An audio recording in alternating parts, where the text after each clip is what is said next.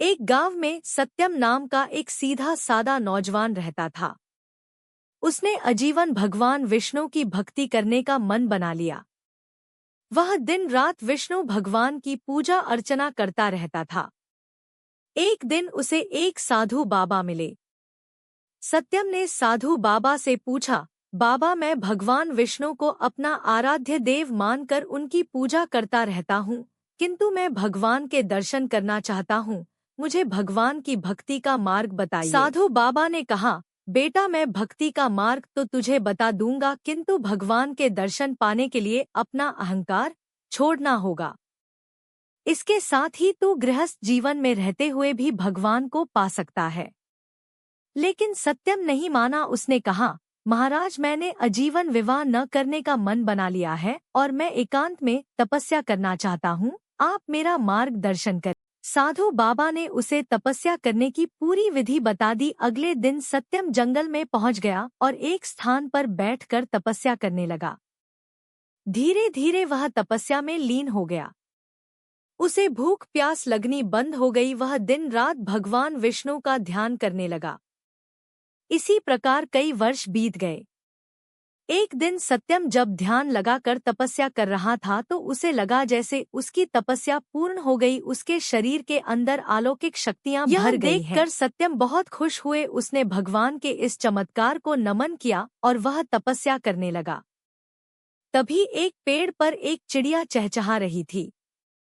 उसकी आवाज से सत्यम की तपस्या भंग हो रही थी। चिड़िया इस सब से बेख पर चहचहा रही थी। सत्यम को गुस्सा आने लगा। उसने आंख खोलकर चिड़िया से कहा, मूर्ख चिड़िया, तुझे दिखाई नहीं देता मैं तपस्या कर रहा हूँ। मेरी तपस्या तूने भंग कर दी, इसकी सजा तुझे अवश्य मिले। यह सुनकर चिड़िया रोने लगी और माफी मांगने लगी। लेकिन सत्यम ने जैसे ही गुस्से से चिड़िया को देखा, चिड़िया जलकर भस्म हो गई।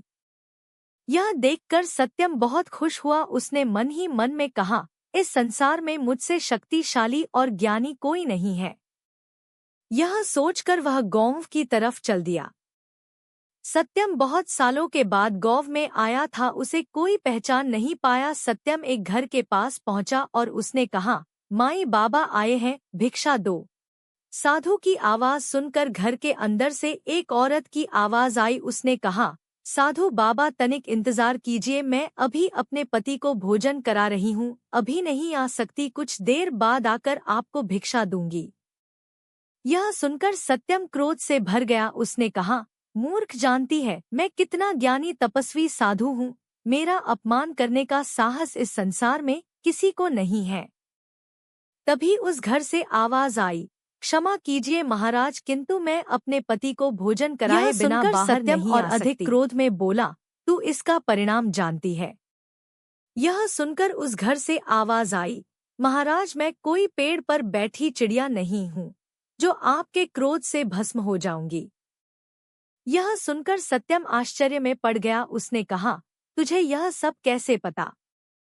तब उस घर से आवाज आई, महाराज, यहाँ से कुछ दूर पर एक कसाई की दुकान है, आप वहाँ चले जाइए, आपको आपके प्रश्नों के उत्तर मिल जाएंगे।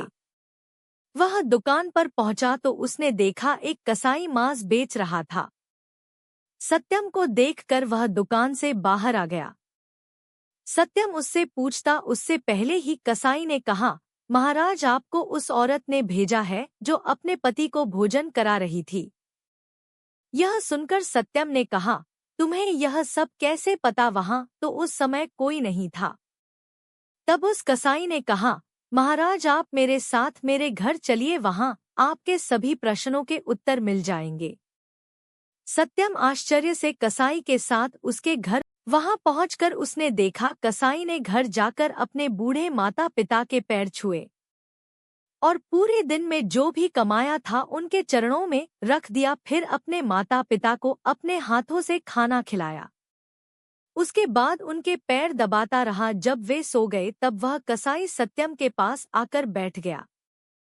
सत्यम का सारा घमंड समाप्त हो चुका था।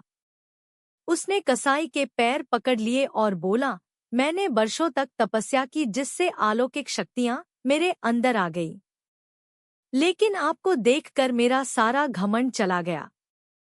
आप मुझे इसका राज बताइए। तब उस कसाई ने कहा, जिस औरत ने आपको इंतजार करने के लिए कहा वह अपना पतिव्रत धर्म निभा रही थी। इस पतिव्रत धर्म के आगे तो यमराज को भी झुकना पड़ा था।